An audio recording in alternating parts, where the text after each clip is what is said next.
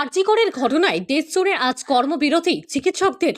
সরকারি হাসপাতাল থেকে শুরু করে নার্সিংহোমেও আউটডোর পরিষেবা বন্ধ রাখা হয় রাজ্য জুড়ে।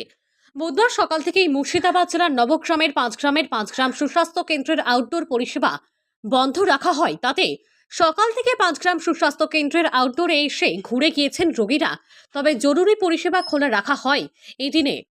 আউটডোর বন্ধ থাকার কারণে একসময় জরুরি পরিষেবাতে রোগীদের লাইন পড়ে যায় প্রচুর।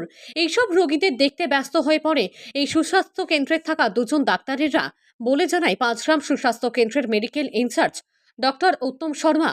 বনাই প্রামাণিকের রিপোর্ট, KTN 5 গ্রাম নিউজ।